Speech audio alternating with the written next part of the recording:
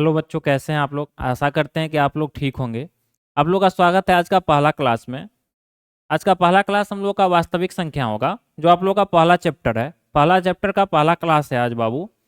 तो यहाँ पे बहुत ही अच्छे से चीज़ों को समझाया जाएगा और आपको बस उन चीज़ों को अच्छे से समझना है। जितना कुछ हम बताएंगे उन सब चीज़ों का एक अच्छा सा कॉपी बना लेना है, अलग से नोट्स बनाना है, ठीक है। उन सारी चीज़ों को उसमें लिखना है बाबू। तो आज हम लोग जो है वास्तविक संख्या शुरू करेंगे। वास्तविक संख्या से पहले कुछ संख्याएं ऐसी हैं जो हम लोग को समझना बहुत ही ज़्यादा जरूरी है। तब हम लोग धीरे धीरे करके वास्तविक संख्या पे पहुंचेंगे बाबू। तो आइए शुरू करते हैं। हम लोग शुरू कहाँ से करेंगे? हम लोग शुरू करेंगे प्राकृत संख्या से। कहाँ से शुरू करेंगे बाबू? प्राकृत संख्या से, ठीक है। कोई भी संख्या प्राकृत संख्या से ही शुरू होती है, तो हम लोग शुरू करेंगे प्राकृत संख्या से। कहाँ से शुरू करेंगे बाबू? प्राकृत संख्या से। प्राकृत संख्या से शुरू करेंगे छोटू। प्राकृत संख्या को क्या कहते हैं? Natural number. क्या कहते हैं बाबू? Natural number. बाबू इसको कहते हैं नेचुरल नंबर। प्राकृत संख्या होती क्या है छोटू? प्राकृत संख्या जो है वो होती क्या है? प्राकृत संख्या क्या होती है छोटू? वस्तुओं को गिनने के लिए जिन संख्याओं का प्रयोग किया जाता है उसको क्या कहते हैं हम लोग? उसको कहते हैं प्राकृत संख्या। किसको कहते हैं? वस्तुओं को गिनने के लिए जिन संख्याओं का प्रयोग किया जाता है उन संख्याओं को गणना की संख्या या प्राकृत संख्या कहते हैं बाबू। तो हम लोग यहाँ पे लिखेंगे इसको प्रॉपर वे में, अच्छे से। जैसे हम लिखते हैं ना बाबू, उसी तरह से आप लोगों को भी एक अच्छा सा नोट्स बनाना है, जिसको हम लोग फेयर कॉपी कहते हैं। एक अच्छा सा नोट्स बनाना है जिसको हम लोग फेयर कॉपी कहते हैं, जिसमें इन सारी चीजों को अच्छे से पॉइंट बाय पॉइंट लिखना है, ठीक है बाबू। आओ लिखते हैं हम लोग प्राकृत संख्या के बारे में। वस्तुओं को गिनने के लिए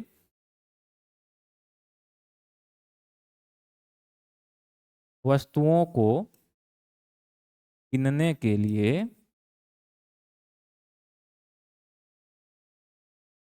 वस्तुओं को गिनने के लिए वस्तुओं को गिनने के लिए जिन संख्याओं का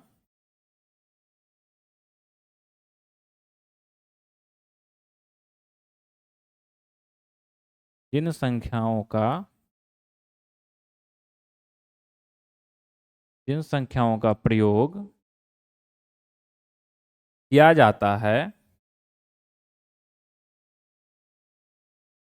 जिन संख्याओं का प्रयोग किया जाता है उसे जिन संख्याओं का प्रयोग किया जाता है उसे गणना की संख्या गणना या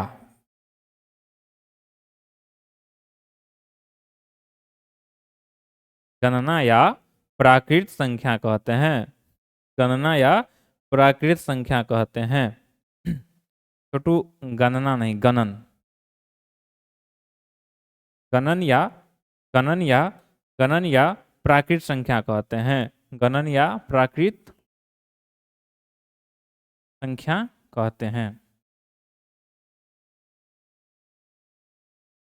तो छोटू, प्राकृत संख्या में हम लोगों ने अभी देखा कि ऐसी संख्याएं जो वस्तु को गिनने के काम आए, जो वस्तु के गिनने के काम आए, उसे क्या कहते हैं? गणन संख्या या प्राकृत संख्या।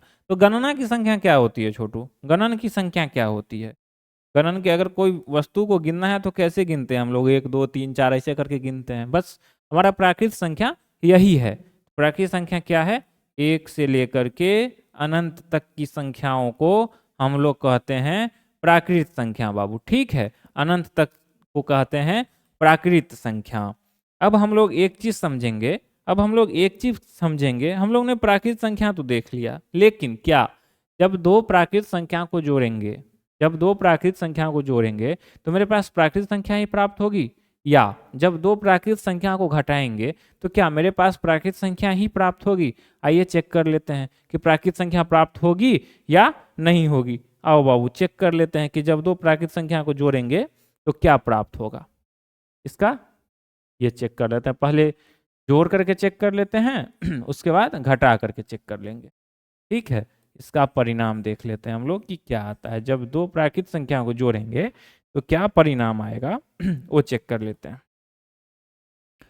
जैसे बाबू दो प्राकृत संख्या कुछ भी ले लेते हैं, 2 जोड़ 3 ले लेते हैं, मान लीजिए 5 आ गया। प्राकृत संख्या मिला, कोई दिक्कत नहीं है। 10 ले लिए, इसमें 15 जोड़ दिए, 25 आ गया, प्राकृत संख्या आ गया, कोई दिक्कत नहीं। 30 ले लिए प्लस 70 ले लिए, 100 आ गया, प्राकृत संख्या है, कोई दिक्कत नहीं है।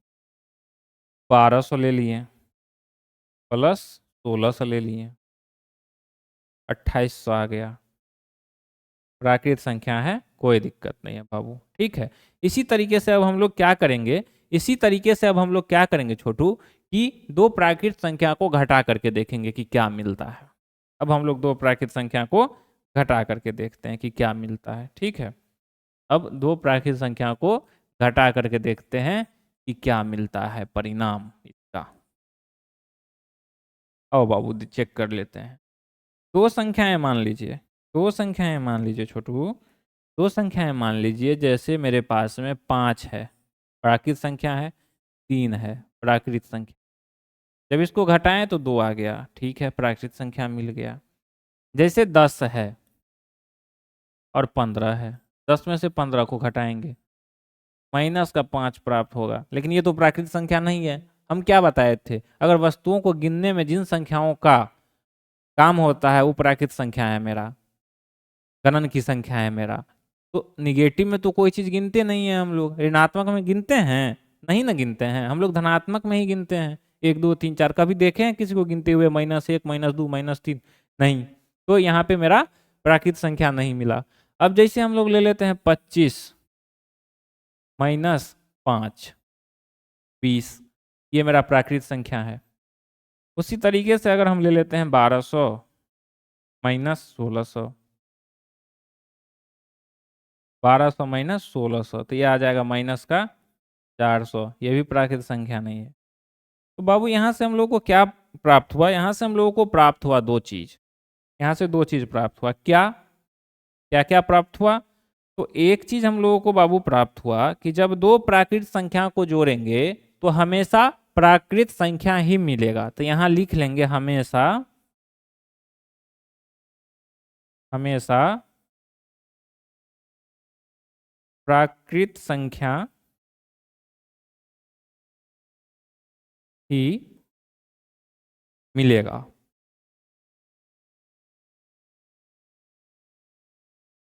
हमेशा प्राकृत संख्या ही मिलेगा। लेकिन बाबू जब दो प्राकृत संख्या को हम लोग घटा रहे हैं तो प्राकृत संख्या मिल भी रहा है और नहीं भी मिल रहा है। तो इसका क्या हो जाएगा छोटू, इसका हो जाएगा कि प्राकृत संख्या मिल भी सकती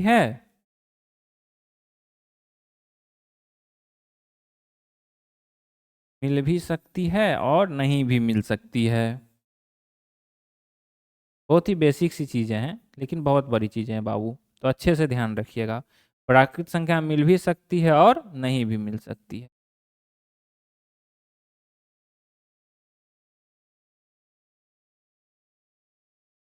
नहीं भी मिल सकती है। ठीक है बाबू, ये चीजें समझ में आ गई कि प्राकृत संख्या होती क्या है, जब दो प्राकृत संख्या को जोड़ेंगे तब क्या प्राप्त होगा, जब दो प्राकृत संख्या को घटाएंगे तब क्या प्राप्त होगा। अब हम लोग आगे चलते हैं छोटू, अब हम लोग चलते हैं आगे। आगे हम लोग क्या देखेंगे, आगे हम लोग देखेंगे पूर्ण संख्या। प्राकृत संख्या तो हम लोगों ने देख लिया, अब हम लोग देखेंगे पूर्ण संख्या। क्या देखेंगे छोटू, पूर्ण संख्या। हम लोग अब देखेंगे पूर्ण संख्याएं। पूर्ण संख्याएं इसको क्या कहते हैं, होल नंबर्स।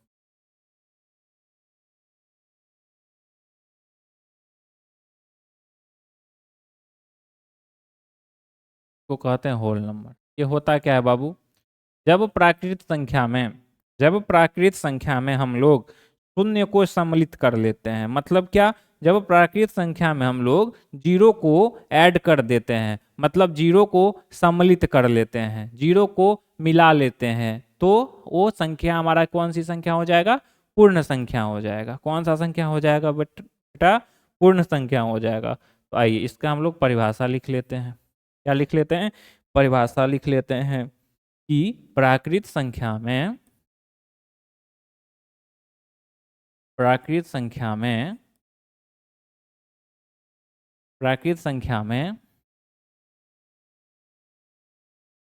प्राकृत संख्या में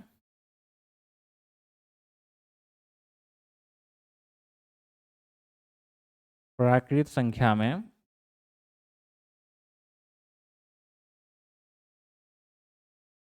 शून्य को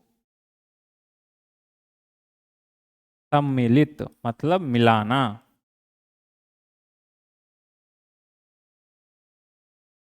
सम्मिलित करने पर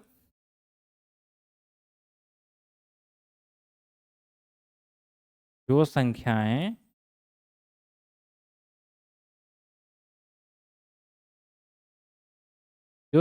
प्राप्त होती है,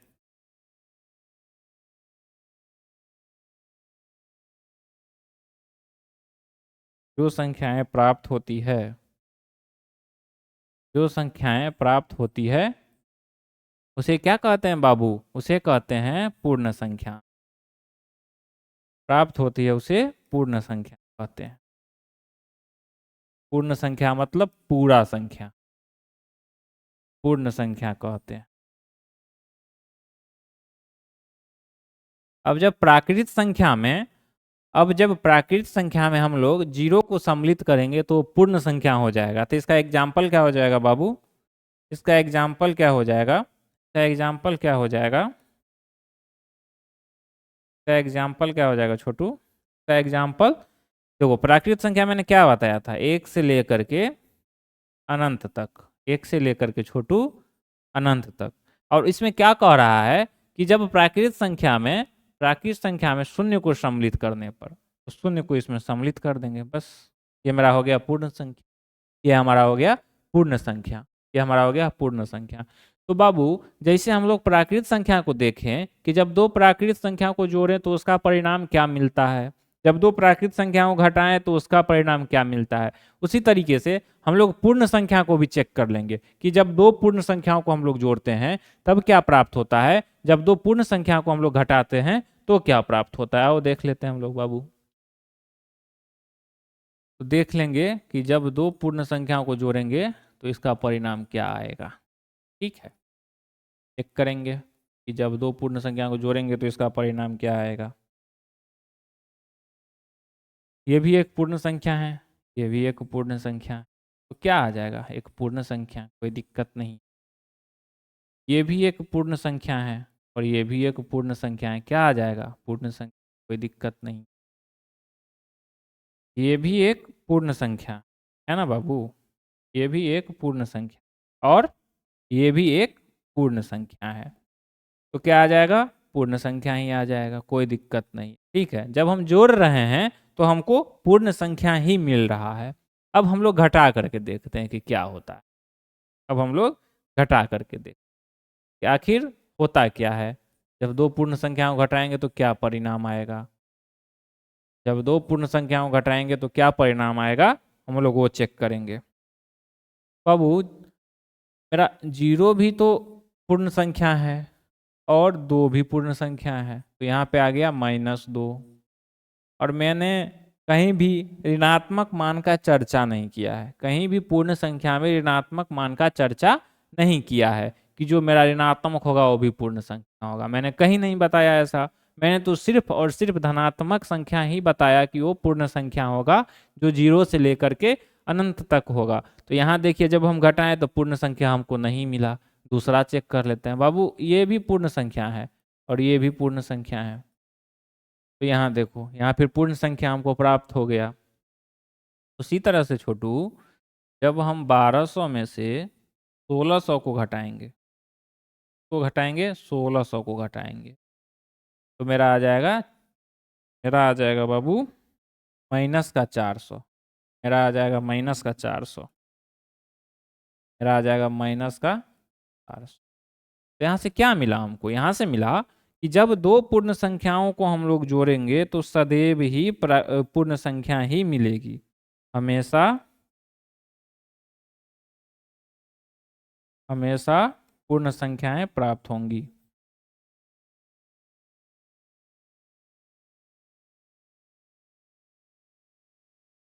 संख्याएं प्राप्त होगी। और सेकेंड कंडीशन में हम लोगों ने क्या देखा? सेकेंड कंडीशन में हम लोगों ने देखा कि पूर्ण संख्या मिल भी रही है और पूर्ण संख्या नहीं भी मिल रही है। तो क्या लिख देंगे कि पूर्ण संख्या मिल भी सकती है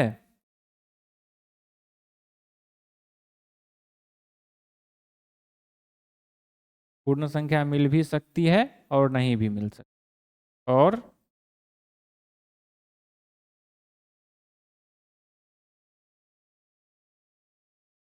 नहीं भी मिल सकती है।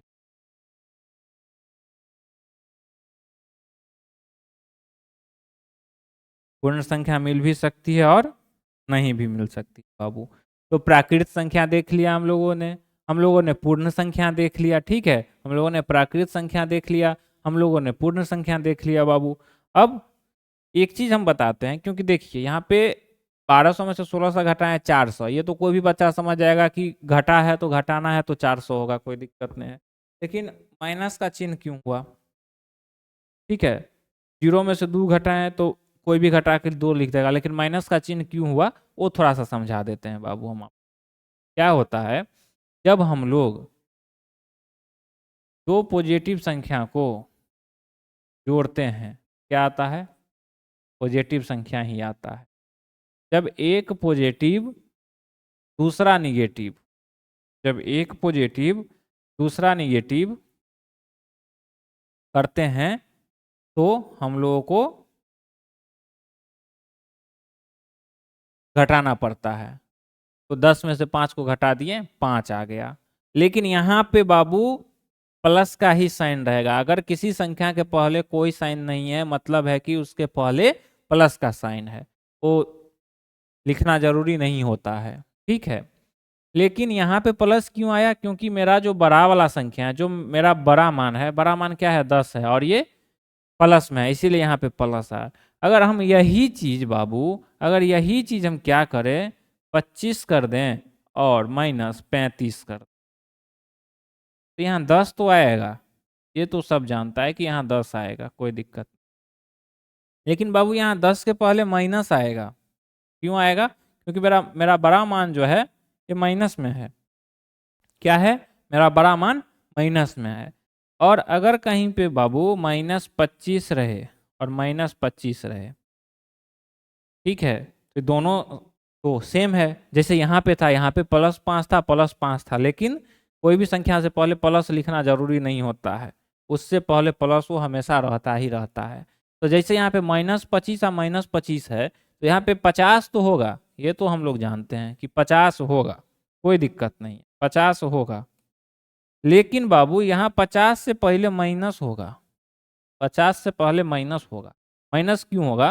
क्योंकि ऊपर जब मैंने दो पॉजिटिव संख्याओं को जोड़ा, ऊपर जब मैंने दो पॉजिटिव संख्या को बाबू रे जोड़ा, तो क्या हुआ? पॉजिटिव ही प्राप्त हुआ। तो जब नीचे दो निगेटिव संख्या को जोड़ रहे हैं तो साइन क्या होगा? निगेटिव ही होगा, इसीलिए -50 हुआ। इसीलिए यहाँ पे जो मैंने बताया था बाबू, देखो ये यहाँ यही कंसेप्ट है कि प्लस माइनस है तो माइनस हो जाएगा, लेकिन साइन आएगा जो मेरा बड़ा वाला संख्या है उसका, इसीलिए यहाँ पे हमको पूर्ण संख्या नहीं मिला।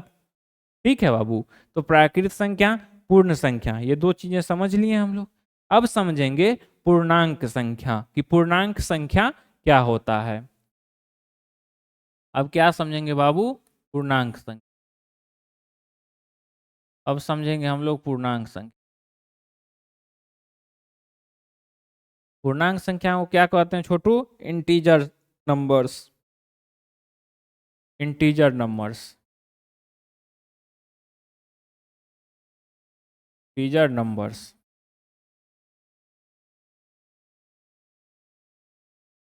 क्या कहते हैं बाबू? Integers numbers. अभी मेरा पूर्णांक संख्या क्या होता है? जैसे पूर्ण संख्या में हुआ था कि प्राकृत संख्या में हम लोग शून्य को सम्मिलित कर लिए थे, तो हम लोगों का पूर्ण संख्या मिल गया था। उसी तरीके से पूर्णांक संख्या के लिए प्राकृत संख्या में शून्य को तो सम्मिलित करेंगे ही, शून्य को तो सम्मिलित करेंगे ही, साथ में ऋणात्मक मान को भी सम्मिलित करेंगे बाबू, साथ में ऋणात्मक मान को भी सम्मिलित करेंगे, तो हमें पूर्णांक संख्याएं प्राप्त हो जाएंगी। ठीक है बाबू, आओ इसका परिभाषा लिख लेते हैं, इसका परिभाषा लिख लेते हैं कि क्या होता है, इसका परिभाषा लिख लेते हैं क्या होता है। प्राकृत संख्या में, प्राकृत संख्याओं में शून्य तथा ऋणात्मक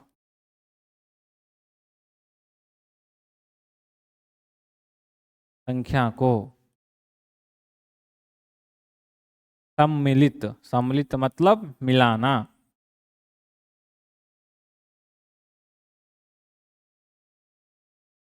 सम्मिलित करने, सम्मिलित मतलब क्या होता है बाबू रे? मिलाना। सम्मिलित करने पर जो संख्याएं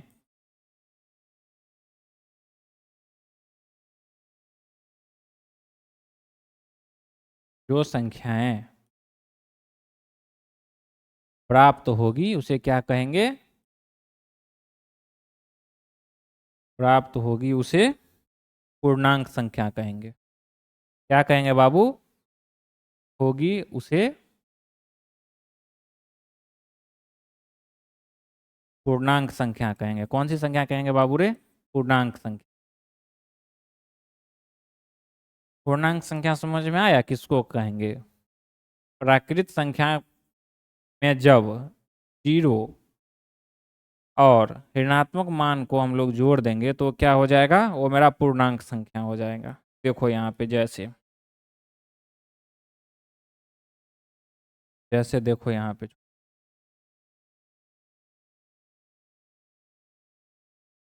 जैसे देखो यहाँ पे छोटू क्या होगा? क्या बोला है कि प्राकृत संख्या, तो पहले प्राकृत संख्या लिखेंगे, जो परिभाषा लिखा हुआ है उसी हिसाब से हम लोग काम करेंगे।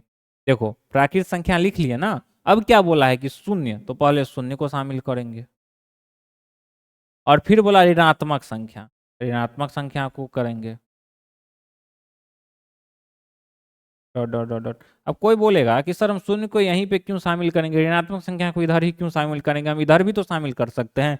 नहीं बाबू, आप लोग 9th क्लास में नंबर लाइन पढ़े होइएगा, संख्या रेखा, संख्या रेखा पढ़े होइएगा, संख्या रेखा पढ़े होइएगा, संख्या रेखा पढ़े होइएगा, संख्या रेखा पढ़े होइएगा। तो इसमें क्या होता है, इसमें जो है संख्या रेखा में बीचों बीच, बीचों बीच मेरा मध्य भाग, मेरा मध्य भाग में जो होता है वो क्या होता है? शून्य होता है। क्या होता है बाबू? शून्य होता है। मेरा मध्य भाग में जो है वो शून्य होता है। ठीक है, और शून्य के दाहिने तरफ, शून्य के दाहिने तरफ, शून्य के दाहिने तरफ मेरा पॉजिटिव मान आता है, जो मेरा प्राकृत संख्या है। ठीक है, ऐसे डॉट डॉट डॉट डॉट करके ये चला जाएगा। और जीरो के बाएं तरफ, जीरो के बाएं तरफ निगेटिव संख्याएं, जीरो के बाएं तरफ निगेटिव संख्या आएंगे, और ये डॉट डॉट करते करते अनंत तक चली जाएगी बाबू। यही मेरा पूर्णांक संख्या है। यही कह रहा है कि प्राकृत संख्या में जब जीरो और ऋणात्मक मान को सम्मिलित किया जाएगा, ऋणात्मक संख्या को सम्मिलित किया जाएगा, तो ऐसी संख्याएं पूर्णांक संख्याएं कहलाएंगे बाबू। ठीक है, देखो यहाँ पे एक चीज दिखाते हैं, यहाँ पे एक चीज दिखाते हैं छोटू। देखो ये वैल्यू जो मेरा है, ये वैल्यू मेरा ऋणात्मक वैल्यू है, अभी अभी बताया मैंने, ऋणात्मक मान। जैसे हम प्रॉपर तरीके से बाबू लिख रहे हैं ना, इसी तरीके से अगर तुम फेयर कर लोगे, इसका नोट्स बना लोगे ना, एग्जाम के टाइम पे बहुत ही काम आएगा वो तुमको रिवीजन करने के लिए, या कोई क्वेश्चन प्रैक्टिस करने के लिए। अगर हम कोई क्वेश्चन बता रहे हैं और कहीं पे तुमसे नहीं हो रहा है, तो हम कह देंगे कि थ्योरी पढ़ाए हुए थे, तुम कॉपी उल्टा करके देख लेगा तो समझ में आ जाएगा बाबू। ठीक है, तब तुमको समझ में आ जाएगा बाबू रे। देखो ये मेरा हो गया ऋणात्मक मान, वो हो गया हमारा धनात्मक मान। ये जीरो जो है, जीरो हमेशा क्या होता है? जीरो हमेशा होता है उदासीन। क्या होता है बाबू? जीरो हमेशा होता है उदासीन। ये जीरो जो है ये क्या है? उदासीन है, जिसका कोई ये नहीं है, मतलब नहीं है, जिसका कोई वैल्यू नहीं है, उदासीन है। यहाँ तक समझ में आया बाबू? यहाँ तक समझ में आया बाबू? हम लोगों ने प्राकृत संख्या देखा, पूर्ण संख्या देखा, पूर्णांक संख्या देखा। अब हम लोग समझेंगे भिन्न के बारे में। अब हम लोग समझेंगे भिन्न के बारे में। भिन्न क्या होता है? अब हम लोग समझेंगे भिन्न के बारे में। आओ देखते हैं भिन्न के बारे में। हम लोग देखते हैं कि भिन्न क्या होता है, कि भिन्न क्या होता है वो समझते हैं कि भिन्न क्या होता है। भिन्न क्या होता है हम लोग वो समझते हैं। भिन्न एक ऐसी संख्या है, भिन्न जो है एक ऐसी संख्या है जो किसी चीज का संपूर्ण भाग बताता है। क्या बताता है? संपूर्ण भाग बताता है, संपूर्ण भाग निरूपित करता है। संपूर्ण चीज का जो है ना कोई भाग निरूपित करता है। मतलब भिन्न ऐसी संख्या है जो किसी संपूर्ण चीज का, किसी पूरे चीज का एगो भाग निरूपित करता है। क्या करता है? सिर्फ एक भाग निरूपित करता है। ठीक है, तो भिन्न का परिभाषा अब हम लोग लिखेंगे कि भिन्न आखिर होता क्या है। तो भिन्न एक ऐसी संख्या है ना, भिन्न एक ऐसी संख्या है जो क्या करता है? भिन्न एक ऐसी संख्या है जो किसी संपूर्ण चीज का कोई भाग निरूपित करता है। भिन्न एक ऐसी संख्या है,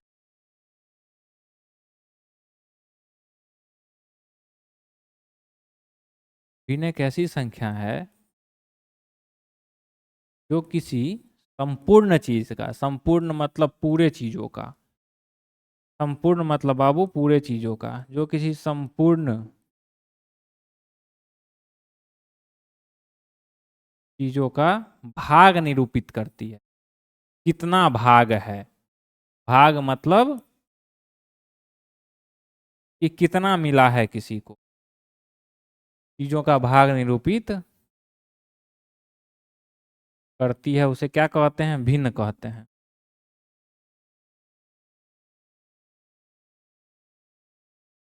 उसे बाबू क्या कहते हैं? भिन्न कहते हैं।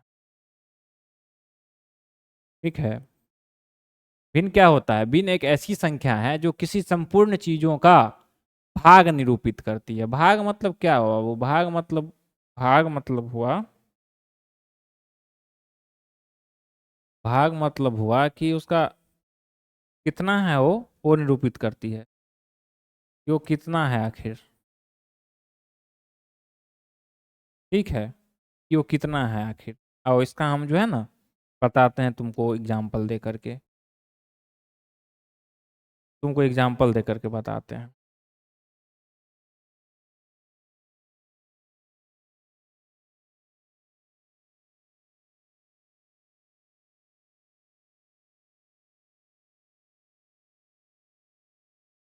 ठीक है, तुमको हम एग्जाम्पल दे करके बताते हैं।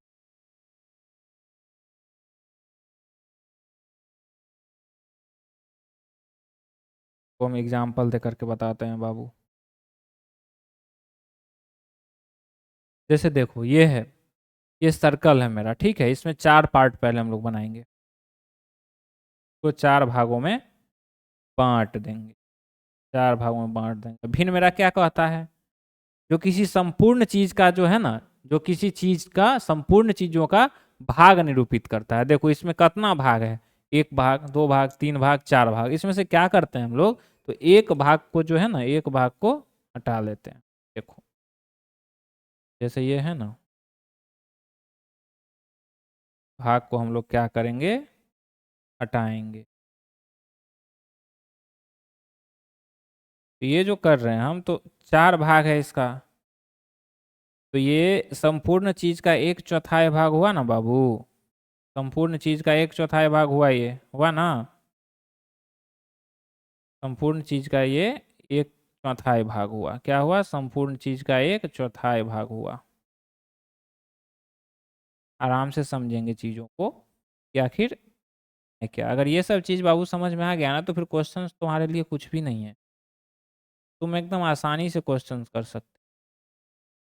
अभी अभी बिहार बोर्ड का रिजल्ट आया है 10th का,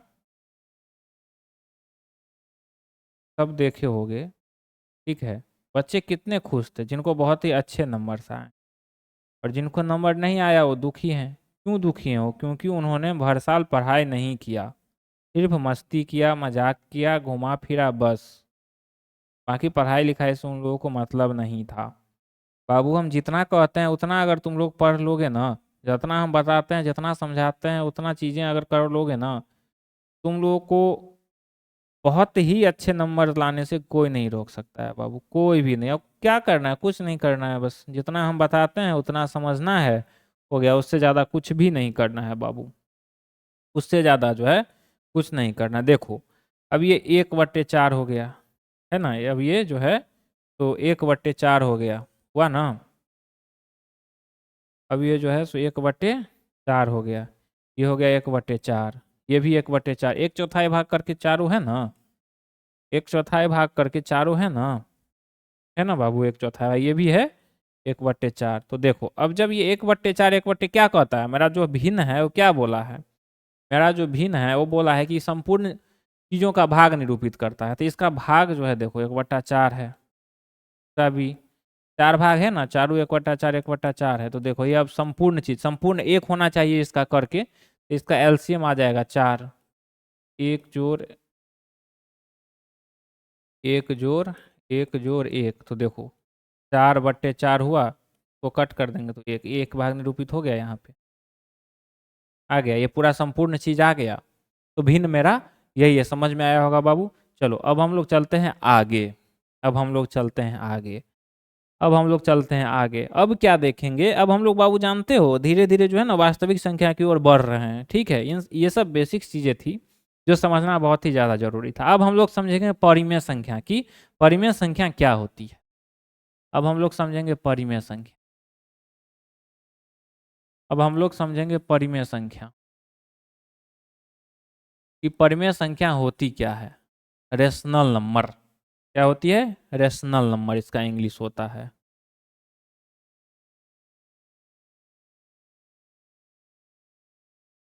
परिमेय संख्याएं, रेशनल नंबर्स, रेशनल नंबर्स, ठीक है बाबू। हम लोग जो है परिमेय संख्या देखेंगे अब कि परिमेय संख्या क्या होता है। बाबू परिमेय संख्या वो होता है ना जिसको हम p/q के रूप में लिख सकते हैं, जिसको हम p/q के रूप में लिख सकते हैं। लेकिन बाबू सिर्फ p/q के रूप में लिखने से काम नहीं होगा, सिर्फ p/q के रूप में लिखने से काम नहीं होगा, उसके लिए कुछ कंडीशन है कि संख्या p/q के रूप में तो हो ही, जो संख्याएं p/q के रूप में होगा उसको परिमेय संख्या कहेंगे। कब कब कहेंगे, जब p और q दोनों पूर्णांक हो, p और q दोनों पूर्णांक हो। और पूर्णांक संख्या मैंने बताया था, अब मैंने तभी ही बोला था कि ये सब चीज जो हम बता रहे हैं आगे यूज होने वाला है, काम होने वाला है। देखो भी पूर्णांक संख्या का यूज हुआ ना कि पहला इसका कंडीशन यही है परिमेय संख्या होने का, p/q के रूप का तो हो, ये तो नॉर्मल कंडीशन है। लेकिन दो स्पेशल कंडीशन है कि p और q जो है पूर्णांक होना चाहिए, पहला कंडीशन। और दूसरा कंडीशन कि q कभी भी जीरो नहीं होगा, q कभी भी जीरो नहीं होगा, ठीक है। तो आओ परिमेय संख्या का परिभाषा हम लोग लिखते हैं बाबू कि परिमेय संख्या होता क्या है। परिमेय संख्या होता क्या है, वे संख्याएं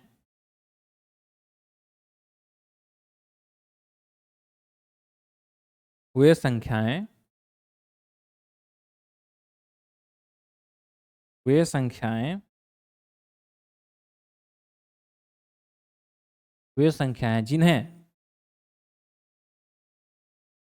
वे संख्याएं जिन्हें p बट्टा जिन्हें p बट्टा जिन्हें p/q के रूप में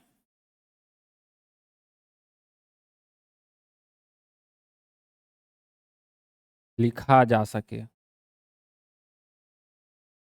तो क्या कहते हैं बाबू, से परिमेय संख्या कहते हैं।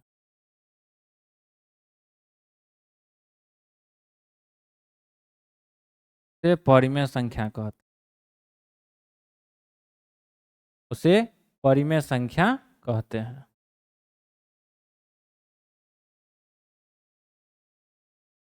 ठीक है बाबू, p/q के रूप में होते हैं उन्हें परिमेय संख्या कहते हैं। लेकिन लेकिन इसका दो कंडीशन है, इसका दो कंडीशन है। पहला कंडीशन क्या लिखेंगे यहाँ पे, P तथा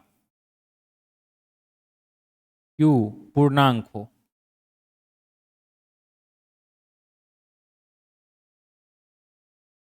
P तथा Q पूर्णांक हो। और दूसरा कंडीशन क्या लिखेंगे बाबू इसका, कि Q equal to not zero, मतलब Q कभी भी शून्य नहीं होना चाहिए।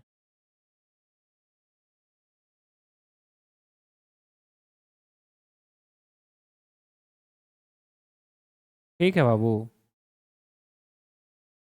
आया समझ में कि परिमेय संख्या क्या होगा। परिमेय संख्या वो संख्याएं हैं जो पी बाई क्यू के रूप में लिखा जा सके, लेकिन पी बाई क्यू के रूप में देख करके सिर्फ हम परिमेय संख्या नहीं कर सकते हैं बाबू, उसके लिए दोनों कंडीशन भी देखेंगे कि दोनों कंडीशन उसमें लग रहा है या नहीं लग रहा है। पहला कंडीशन है कि पी तथा क्यू जो है वो पूर्णांक हो। दूसरा कंडीशन है कि Q equal to not zero, मतलब क्यू कभी भी शून्य नहीं होना चाहिए। ठीक है बाबू, क्यू कभी भी शून्य नहीं होना चाहिए। इसका कुछ एग्जाम्पल देख लेते हैं, इसका कुछ एग्जाम्पल देख लेते हैं बाबू, इसका कुछ एग्जाम्पल देख लेते हैं। देखो, जैसे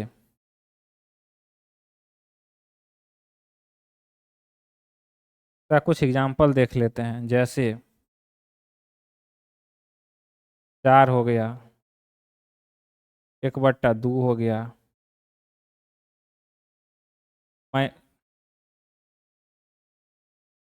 -3/5 हो गया, है ना बाबू, -3/5 हो गया, 0 हो गया।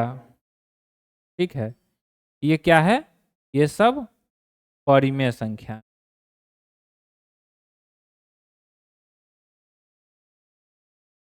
परिमेय संख्या।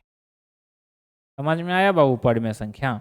देखो, अब तुम लोग बोलोगे कि सर 4 तो पी बाई क्यू के रूप में नहीं है, 0 भी पी बाई क्यू के रूप में नहीं है, तो इसको कैसे आप परिमेय संख्या कहती है।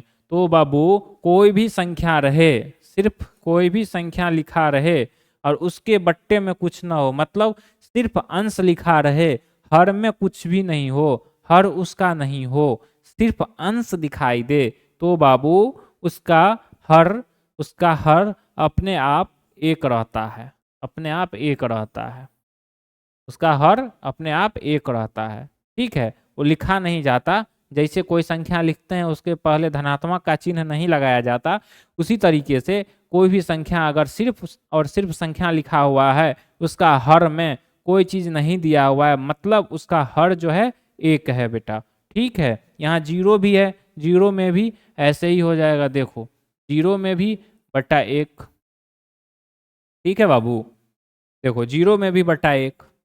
ठीक, अगर कोई भी बट्टा में कुछ नहीं है तो बट्टा में मतलब 1 है। देख लो, पी बाई क्यू के रूप में आया, पी बाई क्यू के रूप में आया, क्यू इजकल टू 0 नहीं ना है, पी इजकल टू 0 है, तो मैंने तो बताया है कि पी इजकल टू 0 हो सकता है, सिर्फ क्यू इजकल टू 0 नहीं होना चाहिए, जो कि यहाँ पे क्यू इजकल टू 0 नहीं है। ठीक है बाबू, ठीक है। और एक चीज और जान लो, एक चीज और जान लो, कि जैसे रूट अंडर में कोई संख्या दे दे और उसका अगर वर्गमूल हो जाए तो वो संख्याएं भी परिमेय संख्या होती है। जैसे √25, √49, √81, ये सब क्या है, ये सब परिमेय संख्या है। जैसे देखो √25 है मतलब 5, √49 है मतलब 7, वर्गमूल है बाबू ये। ठीक है, जैसे 9 है ना, जैसे 5 हो गया, 7 हो गया, 9 हो गया, ये सब क्या है, ये सब परिमेय संख्या है, ये सब परिमेय संख्या है। चलो बाबू अब आगे चलते हैं, परिमेय संख्या समझ में आ गया होगा। ठीक है, अभी तक हम लोगों ने देखा प्राकृत संख्या, पूर्ण संख्या, पूर्णांक संख्या और परिमेय संख्या। अब हम लोग चलेंगे आगे, आगे हम लोग क्या देखेंगे कि परिमेय संख्या और भिन्न में क्या अंतर है, क्योंकि भिन्न भी तो बाबू पी बाई क्यू के रूप का ही होता है। तो क्या हर भिन्न परिमेय संख्या है, क्या हर परिमेय संख्या भिन्न है, तो वही चेक करेंगे हम लोग कि भिन्न और परिमेय संख्या में क्या अंतर है बाबू, भिन्न और परिमेय संख्या में क्या अंतर है। तो यहाँ पे देखेंगे हम लोग भिन्न और परिमेय संख्या में अंतर, भिन्न तथा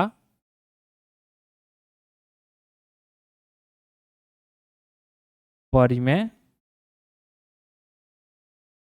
भिन्न तथा परिमेय संख्या में अंतर।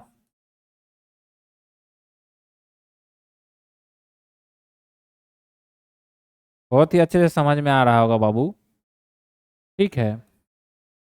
भिन्न और परिमेय संख्या में अंतर। अब क्या अंतर है छोटू भिन्न और परिमेय संख्या में, अब क्या अंतर है पता है किसी को?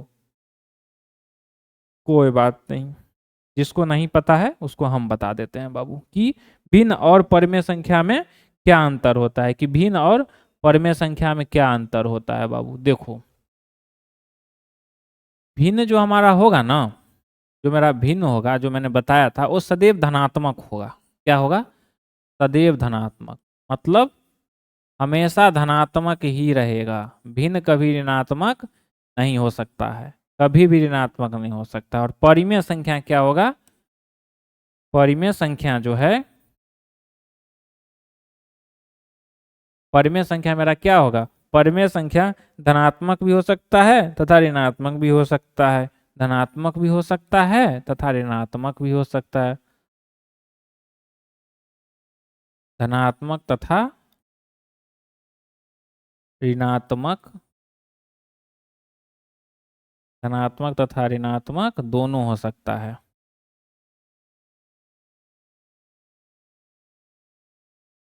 दोनों हो सकता है।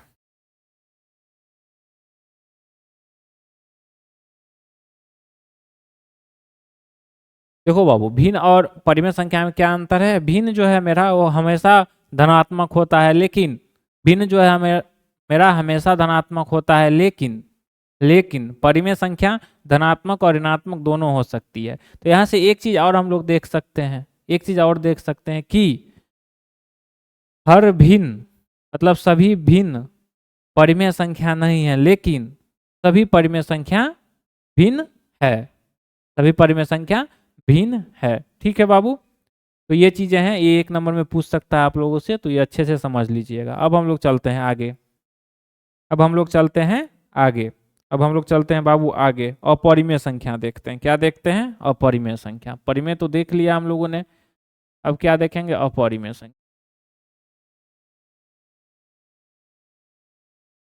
अपरिमेय संख्या,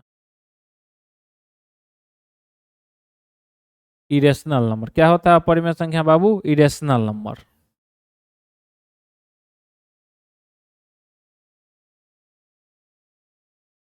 इरेशनल नंबर,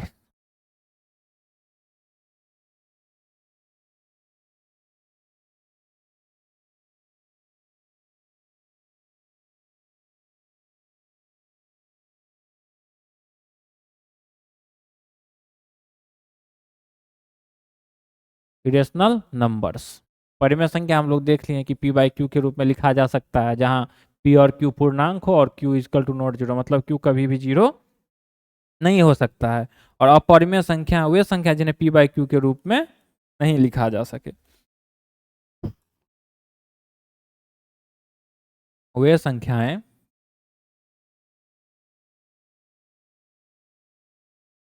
वे संख्याएं जिन्हें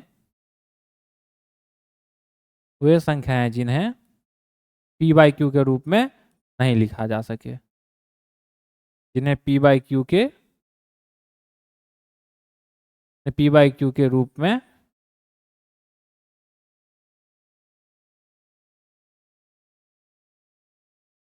जिन्हें पी बाई क्यू के रूप में नहीं लिखा जा सकता है, जिन्हें पी बाई क्यू के रूप में नहीं लिखा जा सकता है। ठीक है बाबू, अब परिमेय संख्या क्या हो गया? वे संख्याएं जिन्हें पी बाई क्यू के रूप में नहीं लिखा जा सके। ठीक है, अब बाबू इसका जैसे देख लेते हैं एग्जाम्पल में, जैसे देख लेते हैं एग्जाम्पल में। ठीक है, जैसे देख लेते हैं एग्जाम्पल में, हो जाएगा √5, √3, √2, √8, ऐसे ही करके बहुत सारे परिमेय संख्या हैं। अब आप लोग कहिएगा कि सर आप तो बताए थे परिमेय संख्या में कि हर में कुछ नहीं है तो हर में एक हो जाएगा। बाबू वो मैंने तब बताया था कि जब पूर्णांक हो, क्या हो, पूर्णांक हो। ये पूर्णांक है नहीं है, ये रूट अंडर में है और इसका वर्गमूल भी नहीं हो रहा है, तो ये कभी भी इसके बट्टे में कभी भी एक नहीं होगा, इसके हर में कभी भी एक नहीं होगा बाबू। ठीक है, समझ में आया। आइए आगे चलते हैं। अब हम लोग आगे चलते हैं। अब बाबू हम लोग जो है इतना चीज समझने के बाद में हम लोगों ने क्या क्या समझा, आइए एक बार देख लेते हैं कि हम लोगों ने क्या क्या समझा। हम लोगों ने सबसे पहले समझा प्राकृत संख्या, कि प्राकृत संख्या आखिर होती क्या है। सबसे पहले हम लोगों ने समझा प्राकृत संख्या, कि प्राकृत संख्या होती क्या है। बाबू प्राकृत संख्या ऐसी संख्याएं हैं जिससे वस्तुओं को गिनने के लिए जिन संख्याओं का प्रयोग किया जाता है उसे गणन या प्राकृत संख्या कहते हैं। ठीक है बाबू। फिर हम लोगों ने कंडीशन देखा था, दो कंडीशन देखा था। पहला कंडीशन देखा था कि जब दो प्राकृत संख्या को हम लोग जोड़ेंगे तो क्या मिलेगा, जब दो प्राकृत संख्या को घटाएंगे तो क्या मिलेगा। तो बाबू जब दो प्राकृत संख्या को हम लोग जोड़े थे तो हमेशा प्राकृत संख्या ही मिल रहा था, लेकिन जब दो प्राकृत संख्या को घटाए थे तो हम लोगों को प्राकृत संख्या मिल भी रहा था, नहीं भी मिल रहा था। ठीक है बाबू। अब दूसरा हम लोगों ने क्या देखा था, दूसरा हम लोगों ने देखा था पूर्ण संख्याएं, कि पूर्ण संख्याएं क्या है। तो बेटा जब प्राकृत संख्याओं में शून्य को सम्मिलित कर देंगे, जब प्राकृत संख्या में शून्य को सम्मिलित कर देंगे तो वह संख्या मेरा क्या हो जाएगा, वह संख्या मेरा हो जाएगा पूर्ण संख्या। क्या हो जाएगा बाबू, पूर्ण संख्या। ठीक है, तो प्राकृत संख्या मेरा एक से लेकर अनंत तक है, उसमें हम लोग जीरो को शामिल कर देंगे, तो हम लोगों ने जीरो को शामिल कर दिया तो ये हो गया पूर्ण संख्या। उसके बाद बाबू इसका भी हम लोगों ने दो कंडीशन देखा था, कि जब दो पूर्ण संख्याओं को जोड़ेंगे तो हमको क्या मिलेगा, जब दो पूर्ण संख्याओं को घटाएंगे तब हमको क्या मिलेगा। तो बाबू जब दो पूर्ण संख्याओं को हम लोगों ने जोड़ा था तो हम लोग को हमेशा पूर्ण संख्या ही मिल रही थी बाबू, और जब दो पूर्ण संख्याओं को हम लोगों ने घटाया था तो पूर्ण संख्याएं मिल भी रही थी और पूर्ण संख्याएं नहीं भी मिल रही थी। ठीक है बाबू, आगे चलो, आगे देखते हैं। आगे ये कुछ साइन मैंने समझाया हुआ था आप लोगों को कि कब क्या होगा नहीं होगा, ये बहुत अच्छे से समझ में आया होगा कि अगर दो नेगेटिव है तो उसको जोड़ेंगे लेकिन साइन नेगेटिव का आएगा, दो पॉजिटिव है तो उसको तो जोड़ेंगे ही, साइन पॉजिटिव का आएगा। दो संख्या को घटाएंगे, घटाने के बाद में जो संख्या आएगी उसमें साइन उसका होगा जो संख्या है मेरा बड़ा है, जैसे 10 - 5 तो 5 आया, लेकिन 5 धनात्मक आया, पॉजिटिव का 5 आया, उस 5 के पीछे में प्लस का चिन्ह है। क्यों है, क्योंकि मेरा 10 पॉजिटिव में है, बड़ा संख्या पॉजिटिव में है। यहाँ पे निगेटिव आया, घटा करके 10 आया लेकिन साइन निगेटिव का आया। क्यों आया, क्योंकि मेरा बड़ा जो संख्या है ना बाबू, जो मेरा बड़ा संख्या है ना वो निगेटिव है, वो माइनस में। चलिए आगे हम लोगों ने क्या देखा, आगे बाबू हम लोगों ने देखा पूर्णांक संख्याएं, कि पूर्णांक संख्याएं क्या होती है। क्या देखा बाबू हम लोगों ने देखा पूर्णांक संख्याएं। तो प्राकृत संख्या जो है ना उसमें शून्य को और ऋणात्मक संख्या को, शून्य को और ऋणात्मक संख्या को सम्मिलित कर लेने पर जो संख्याएं प्राप्त होती है उसे पूर्णांक संख्याएं कहते हैं बाबू। क्या कहते हैं, पूर्णांक संख्याएं कहते हैं। देखिए यहाँ पे ये मेरा प्राकृत संख्या है, इसमें जीरो और ऋणात्मक मान को सम्मिलित कर लिए तो मेरा पूर्णांक संख्याएं आ गया। निगेटिव मान है, पॉजिटिव मान है और ये उदासीन है। ये मैंने नंबर लाइन पे करके दिखा दिया है आप लोगों को कि ये कन्फ्यूजन नहीं हो कि जीरो यहाँ क्यों लिया गया, माइनस -2 -3 -4 इधर क्यों लिया गया, उधर क्यों नहीं लिया गया। ठीक है बाबू, तो ये चीज़ें थी, ये चीज़ें समझ में आ गई होंगी। आगे हम लोगों ने क्या देखा, आगे हम लोग भिन्न के बारे में समझे कि भिन्न जो है एक ऐसी संख्या है ना जो किसी संपूर्ण चीज का कोई भाग निरूपित करती है, मतलब भाग निरूपित करती है कि उसका कितना भाग बचा हुआ है, कितना भाग खत्म हो गया है, क्या है नहीं है। ठीक, उसके बाद बाबू हम लोगों ने क्या देखा कि परिमेय संख्या बहुत ही ज्यादा इंपॉर्टेंट है बाबू। परिमेय संख्या के बारे में हम लोगों ने क्या समझा, परिमेय संख्या वे संख्याएं हैं जिन्हें p बाई क्यू के रूप में लिखा जा सके, उसे क्या कहते हैं? परिमेय संख्या कहते हैं। लेकिन बाबू, लेकिन उसके लिए कंडीशन है, दो कंडीशन, दो शर्त हम लोगों ने देखी। पहला कि p तथा q पूर्णांक हो बाबू, क्या हो? p तथा q पूर्णांक हो। और दूसरा कि q कभी भी जीरो नहीं होगा, q जो है ना कभी भी जीरो नहीं होगा। वैसी संख्याओं को क्या कहेंगे? परिमेय संख्या कहेंगे। हम लोगों ने एग्जाम्पल से समझ लिया था। उसके बाद हम लोग क्या देखे थे? भिन्न तथा परिमेय संख्या में अंतर। क्या देखे थे बाबू? भिन्न तथा परिमेय संख्या में अंतर। तो ये क्या अंतर था कि भिन्न जो है मेरा ना सदैव धनात्मक होता है, सदैव पॉजिटिव होता है, और परिमेय संख्या जो है वो मेरा धनात्मक भी हो सकता है और ऋणात्मक भी हो सकता है। क्या है? परिमेय संख्या जो है धनात्मक भी हो सकता है तथा ऋणात्मक भी हो सकता है। उसके बाद बाबू हम लोगों ने क्या देखा था? अपरिमेय संख्या। क्या देखा था? अपरिमेय संख्या देखा था बाबू। क्या देखा था? अपरिमेय संख्या। तो अपरिमेय संख्या क्या था? वे संख्या जिन्हें p बाई क्यू के रूप में नहीं लिखा जा सके, ऐसी संख्या को क्या कहते हैं? परिमेय संख्या कहते हैं बाबू। ठीक है, अब आ जाइए, अब हम लोग जो है ना कुछ क्वेश्चंस कर लेते हैं परिमेय संख्या पे, अपरिमेय संख्या पे और भिन्न पे। ठीक, जैसे देखिए, अगर हम लोगों से पूछ दे कोई, अगर हम लोगों से पूछ दे कि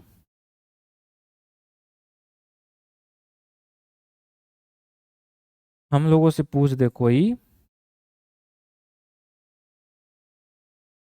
हम लोगों से पूछ दे कोई कि 5/3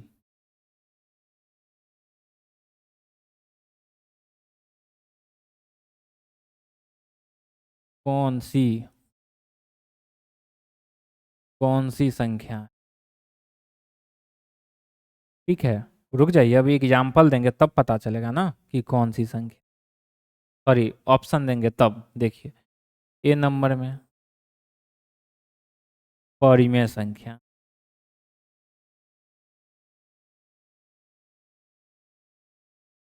ए नंबर में परिमेय संख्या, बी नंबर में अपरिमेय संख्या,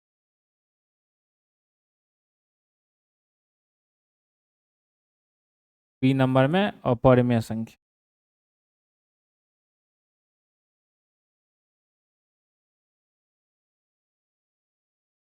सी नंबर में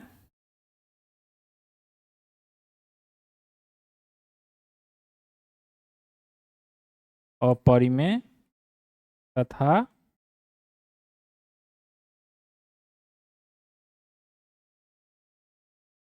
परिमेय संख्या।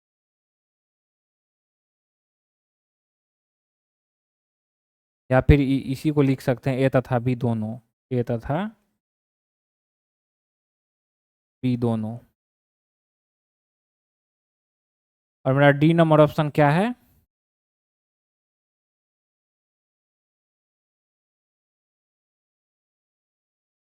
परिमेय तथा भिन्न संख्या।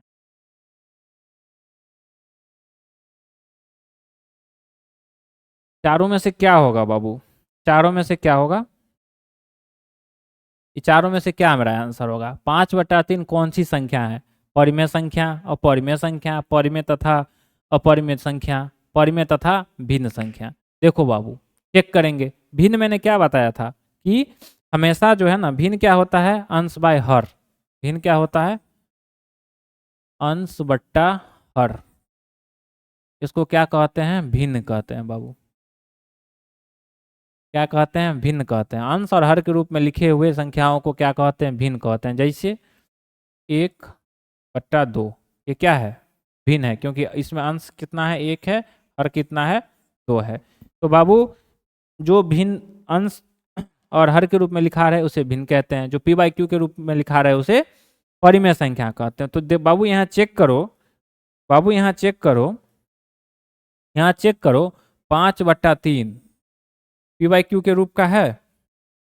p बाई क्यू के रूप का है? हाँ है। ठीक है, क्या अंश बाय हर के रूप का है? हाँ है। क्या धनात्मक है या ऋणात्मक है? सर धनात्मक है। तो मैंने क्या बताया था कि भिन्न जो है हमेशा धनात्मक होता है और परिमेय संख्या जो है वो धनात्मक भी हो सकता है और ऋणात्मक भी हो सकता है। तो बाबू यहाँ धनात्मक है, मतलब है कि ये भिन्न भी है और परिमेय संख्या भी है। तो कुछ नहीं करना है, आराम से इसको टिक कर देना है। हो गया, परिमेय तथा भिन्न संख्या, क्वेश्चन मेरा सॉल्व हो गया। आओ बाबू एक क्वेश्चन और कर लेते हैं छोटू, एक क्वेश्चन और कर लेते हैं, एक क्वेश्चन और कर लेते हैं कि -5/7 कौन सी संख्या है?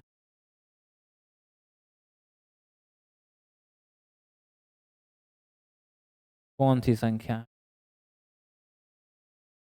ठीक है, इसका ऑप्शन देखते हैं।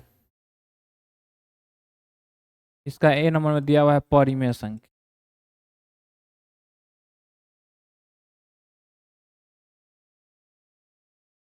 बी में है अपरिमेय संख्या।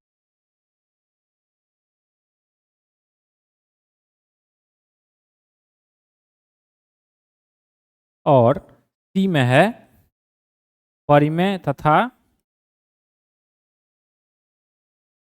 तथा भिन्न संख्या।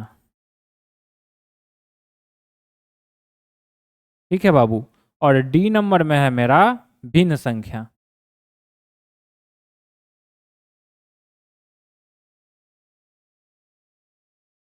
भिन्न संख्या। अब इसमें से बताओ तो बाबू कि ये कौन सी संख्या है?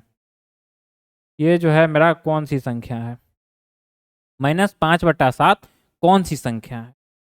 क्या ये भिन्न संख्या है? नहीं, ये भिन्न संख्या नहीं है, क्योंकि भिन्न संख्या हमेशा धनात्मक होती है।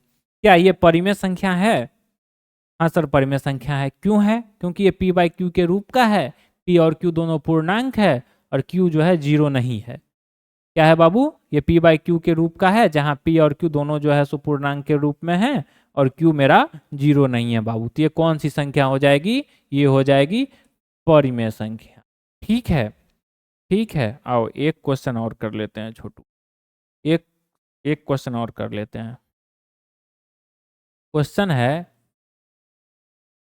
कि √100 कैसी संख्या है?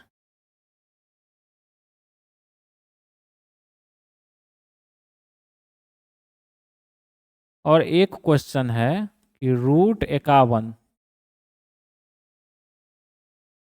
कैसी संख्या है?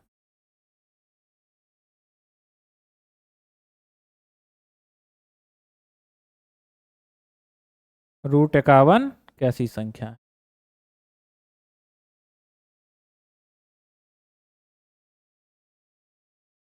इसका ऑप्शन दे देते हैं छोटू, है ना। बाबू बहुत ही बारीकी से बहुत छोटा छोटा चीज समझाया जा रहा है, जिससे आप लोगों को कोई भी दिक्कत ना हो क्वेश्चन सॉल्व करने में बाबू। बस इन सब चीज़ों को अच्छे से समझना है, इन सब चीज़ों को अच्छे से करना है, और ये सारी चीज़ों को अच्छे से अपने कॉपी में अच्छा सा कॉपी बनाना है और कॉपी में अच्छे से लिखना है बाबू। कॉपी में अच्छे से लिखना है, ठीक है मेरे प्यारे बच्चों। समझ गए हो? ये बदमाशी नहीं, आराम से जो पढ़ाया जा रहा है वो पढ़ना है, ठीक है, वो पढ़ना है बाबू।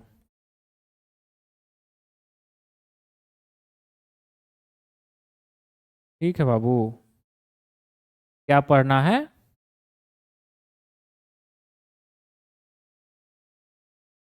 शांति से पढ़ना है, आराम से पढ़ना है, आराम से पढ़ना है बाबू।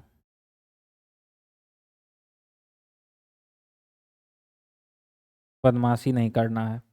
जो चीज़ें पढ़ाया जाएगा शांति से पढ़ लेना है और उसका रिवीजन करते रहना है, कॉपी बनाना है, बस। और ज़्यादा कुछ नहीं करना है बाबू। बाकी चीज़ हम कर देंगे आप लोगों के लिए यहाँ पर। बस मेरे बातों को मानिएगा, मैं जितना बताऊँ उतना करिएगा, तो चीज़ें आसान हो जाएंगी बाबू। तो मैंने जो क्वेश्चन लिखा है उसका आंसर दीजिएगा। जो कौन सी संख्या है? √10 कौन सी संख्या है? √10 कौन सी संख्या है बाबू? √10 कौन सी संख्या है वो बताइएगा। √10 कौन सी संख्या है वो बताइएगा। √10 कौन सी संख्या है बाबू, वो बताइएगा।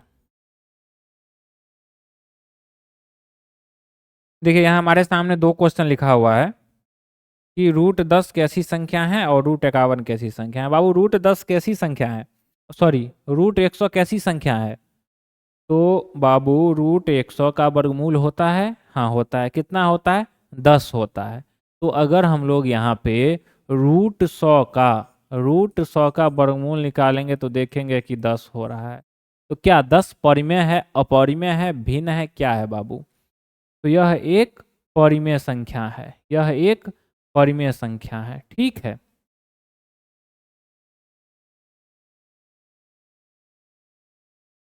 इसका जो है ना, इसका एक ऑप्शन और बढ़ा लेते हैं हम लोग। इसका बाबू एक ऑप्शन और बढ़ा लेते हैं। क्या बढ़ा लेते हैं? भिन्न संख्या तथा परिमेय संख्या।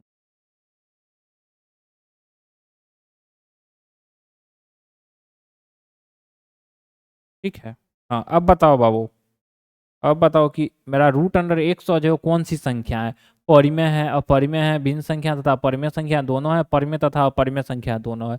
तो बाबू यहाँ पे √100 का वर्गमूल हम लोगों ने देखा कि 100 आ रहा है, सॉरी 10 आ रहा है। तो 10 जो है अगर नीचे में कुछ नहीं है मतलब 1 है, ये p/q के रूप का है ना, ये p/q के रूप का है। और अंश तथा हर दोनों इसमें शामिल है, अंश तथा हर दोनों शामिल है ना। लेकिन इसका जब हम लोग √1 करते हैं ना, तब इसका अंश और हर दोनों आता है। तो ये कैसी संख्या होगी? ये हो जाएगी मेरा परिमेय संख्या, ये हो जाएगी मेरा परिमेय संख्या बाबू। ठीक है, भिन्न संख्या तथा परिमेय संख्या दोनों में टिक मत कर देना, क्योंकि यहाँ पे एक तो बाबू जब हम देखते हैं, लिखते हैं, जब दिया रहेगा तब ना हम समझेंगे कि ये भिन्न है, ये भिन्न संख्याएं हैं। यहाँ दिया तो नहीं गया, यहाँ तो सीधे √100 का जो है मेरा वर्गमूल आ रहा है 10, मतलब ये सिर्फ और सिर्फ परिमेय संख्या है। ठीक है, उसके बाद √51 कैसी संख्या है बाबू? तो ये एक अपरिमेय संख्या है। क्या है? यह एक अपरिमेय संख्या है छोटू। ठीक है, यह एक अपरिमेय संख्या बाबू। समझ में आ गया? समझ में आ गया? ठीक है, चलिए अब हम लोग आगे समझते, अब हम लोग आगे समझते। यहाँ तक तो बहुत ही अच्छे से समझ में आ गया होगा, क्वेश्चंस भी हम लोगों ने कर लिया, बहुत ही बेहतरीन तरीके से चीज़ों को समझा है, बहुत ही बेहतरीन तरीके से चीज़ों को समझा है छोटू। ठीक है, बहुत ही अच्छे से चीज़ों को समझा है। आज हम लोगों ने जितने सारी चीज़ें समझे हैं, वो सारी चीज़ें आप लोगों को बहुत ही अच्छे से समझ में आया होगा बाबू, बहुत ही अच्छे से समझ में आया होगा।